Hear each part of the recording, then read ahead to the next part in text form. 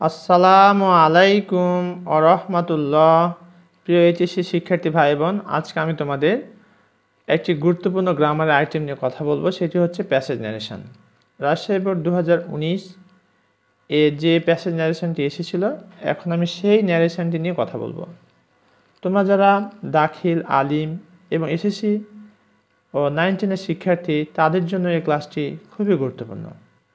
Passage narration আমি দেখেছি ছেলেমেয়েরা করতে গিয়ে কিছুটা ভয় এবং ভীতির মধ্যে পড়ে যায়।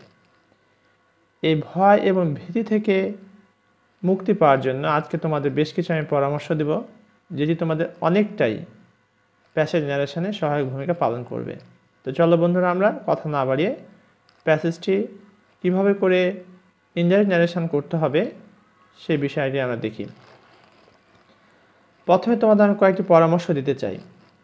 যদি কোনো শিক্ষার্থী ভাই বোন প্যাসেজ ন্যারেশন করতে চায়, তাহলে তাকে বেশ কিছু নিয়ম ফলো করতে হবে। প্রথমত, তাকে টেন্স সম্পর্কে পূর্ণ ধারণা থাকতে হবে।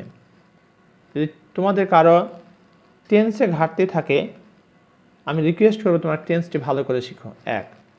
এরপরে প্যাসেজ ন্যারেশন করার সময় টেন্সের পরিবর্তন ঘটে। ডাইরেক্ট স্পিচে কোন টেন্স থাকলে ইনডাইরেক্ট স্পিচে কোন টেন্স হয়, এই টেন্সের ছকটি ভালো করে কমপ্লিট করো। এরপরে সাবজেক্টিভ, অবজেক্টিভ, পজেসিভ প্রোনাউনের এই ছকটি কমপ্লিট করো। আর কাছের শব্দ দূরত্ব বলে শব্দ রূপান্তর হয় সে বিষয়টি দেখো। আর ইনভার্টেড কমা উঠিয়ে কোন সেন্টেন্সে কোন কানেক্টর হিসেবে কোনটি নিতে হয় সেটি সম্পর্কে ধারণা নাও। যদি তোমাদের এই বিষয়গুলি পূর্ণ ধারণা থাকে, ইনশাআল্লাহ তোমাদের প্যাসেজ ন্যারেশনে কোনো প্রকার জড়তা বা প্রবলেম হবে না। তো চলো আমরা আজকে যেটি দেখবো সেটি রাজশাহী বোর্ড 2019 এই প্যাসেজ ন্যারেশনটি প্র্যাকটিস করি। চেঞ্জ দ্য ন্যারেটিভ স্টাইল বা ইউজিং ইনডাইরেক্ট স্পিচেস। ইনডাইরেক্ট স্পিচে ব্যবহার করে এটা আমার চেঞ্জ করতে হবে। এ cat hearing that A hen was laid up sick in her nest paid her a visit of condolence and said, "How are you, my dear?" A cat hearing that, একটা বিড়াল শুনে, that a hen, একটা মুরগি, was laid up sick মানে ডিম পেড়ে অসুস্থ হয়ে পড়েছিল, in her nest তার বাসাতে, তার যে পাখি বাসা রয়েছে সেই বাসাতে ডিম পেড়ে সে অসুস্থ হয়ে পড়েছিল।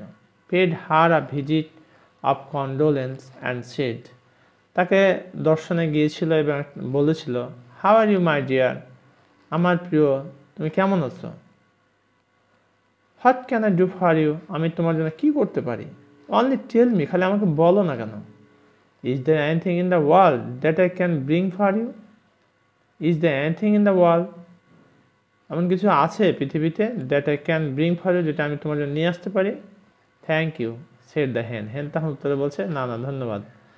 Do you be good enough to leave me, do you be good enough to leave me, আমাকে একটু একা থাকতে দিবেন। And I have no fear, আমার কোনো ভয় নেই। But I shall soon be well, আমি তাড়াতাড়ি সুস্থ হয়ে যাব।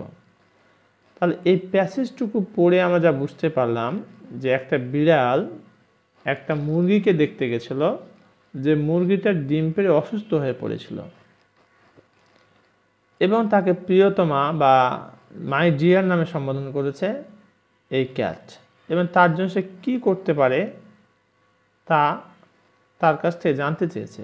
উত্তরে মুরগি বলেছে, ধন্যবাদ, আমার জন্য এমন কিছুই করতে হবে না, আমি সুস্থ হয়ে যাব, বরং তুমি আমাকে একাই থাকতে দাও। এই হচ্ছে তোমাদের এই রাজশাহী বোর্ড 2019 যে প্যাসেজ ন্যারেশন ডাইরেক্ট স্পিচটির বাংলা অর্থ। এবার আমরা আগে ইনডাইরেক্ট স্পিচ করব। তো প্রথম বাক্যটি আমরা খেয়াল করি, a cat hearing that a hen was laid up sick in her nest paid her a visit of condolence said, how are you my dear. তারা প্রশ্ন করছে, এখানে রিপোর্টিং ভার্ব চেঞ্জ করে আমরা কী করবো, আস্ট করব। আর বাকি যে কথাগুলো আছে এইভাবে পুরোটা ঠিক থাকবে, এই জায়গাতে এসে খালি আস্ট হবে। দেখো, a cat hearing that a hen was laid up sick in her nest paid her a visit of condolence and asked, এই জায়গাতে খালি আস্টটা চেঞ্জ হয়েছে এখানে, আস্ট হার ডিয়ারলি। আর এখানে ভকেটিভ কেস আছে মাই ডিয়ার, তখন তাকে সম্বোধন করেছে আস্ট হার ডিয়ারলি। আর এখানে হাউ থাকলে হাউই থাকবে, অর্থাৎ ডব্লিউএইচ ওয়ার্ড যদি থাকে ইন্টারোগেটিভ সেন্টেন্সে, তাহলে যে ইনভার্টেড কমা উঠিয়ে সেই শব্দটাই বসবে। হাউ বসলো, হাউ আর ইউ, এটা কোন tense? Present indefinite, past indefinite. How she was. What can I do for you, আমি তোমার জন্য কি করতে পারি? আবারও এই ক্যাট প্রশ্ন করতেছে, what can I do for you, আমি তোমার জন্য কি করতে পারি? তাহলে এখানে এটা হচ্ছে present indefinite tense, past indefinite হয়ে যাবে। হি অলসো আস্কড, সে আরও জিজ্ঞেস করলো হার তাকে, what he could do for her, সে তার জন্য কি করতে পারত। অনলি টেল মি, খালি আমাকে বলো। এই কথাটি ক্যাট আবার বলল। হি এগেন আস্কড, আবার জিজ্ঞেস করলো her, to tell him if there was anything in the world. পরে অংশ চলে আসছে, is there anything in the world that I can bring for you. এখানে প্রশ্ন করা হয়েছে। তাহলে এখানে প্রশ্ন করেছে, কিন্তু দেখো এখানে ইজ আছে, অর্থাৎ সাহায্যকারী ভার্ব আছে। সাহায্যকারী ভার্ব থাকলে ইনভার্টেড কমাতে কি বসে? ইফ বসে, তাই ইফ বসা হয়েছে। If there was anything in the world that you could bring for হার।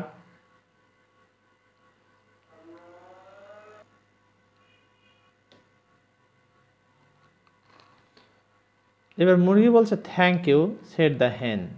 তাহলে এরকম যদি থাকে থ্যাংক ইউ, তাহলে যে কাজটি করতে হয়, এখানে দ্য হেন উত্তর দিচ্ছে, তাহলে দ্য হেন থ্যাঙ্কড হিম, দ্য হেন thanked him.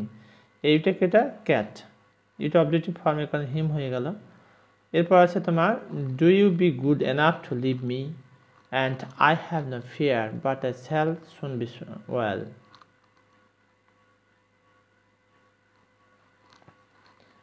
Do you be good enough to leave me, এখানে দেখো সি রিকোয়েস্টেড হিম, অর্থাৎ হেন কি করছে?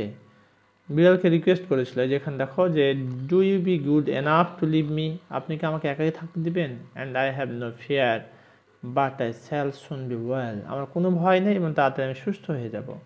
C requested him to be good enough to leave her. এটা কোন টেন্স, কোন sentence? Do you be good enough to leave me, এটা ইম্পারেটিভ সেন্টেন্স হিসেবে এখানে দেখতে পাওয়া যাচ্ছে আর কি।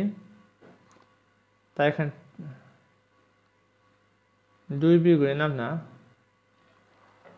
আচ্ছা, she requested him to be good enough to leave her. মিটা কেটে এখানে মুরগি, তাহলে হার হয়ে গেল। And I have no fear, C added that she had no fear. I have no fear এটা present indefinite tense, past indefinite হয়ে গেল। She added that she had no fear but I shall soon be well, এটা future indefinite tense, future in the past হয়ে যাবে, she would soon be well. এই ছিল তোমাদের Rajshahi board 2019-এ যে passage ন্যারেশনটি এসেছিল, সেই প্যাসেজ ন্যারেশনের ডাইরেক্ট স্পিচ থেকে ইনডাইরেক্ট স্পিচ। প্রিয় শিক্ষার্থী ভাই বোন, আশা করছি তোমাদের এই ক্লাসটি অনেক উপকারে আসবে। তবে তোমাদের এই জায়গাটিতে পরিষ্কার ধারণা এবং ভালো পারফর্ম করার জন্য তোমাদেরকে প্রথমে যে উপদেশগুলি দিয়েছি, যে টেন্স ভালো করে শিখতে হবে, সাবজেক্টিভ, অবজেক্টিভ, পজিটিভ ফর্ম শিখতে হবে ভালো করে, প্রোনাউনের কাছের শব্দ দূরত্ব শব্দের ক্ষেত্রে গিয়ে কী হয়, কী ধরনের পরিবর্তন, সেটি শিখতে হয় ভালো করে। পাশাপাশি 5টি অর্থ অনুসারে সেন্টেন্সে 5 প্রকার, সেই 5 প্রকারের রিপোর্টেড স্পিচ যখন চেঞ্জ হয়ে ইনডাইরেক্ট স্পিচে আসে, তখন ইনভার্টেড কমাতে কী বসাতে হয়, সেই জায়গাগুলি তোমাদের পরিষ্কার ধারণা থাকতে হবে। এই বিষয়গুলি যদি তুমি রপ্ত করতে পারো, ইনশাআল্লাহ you can do better result in passage narration, no doubt. Thank you very much for watching this video. Assalamu alaikum wa rahmatullah.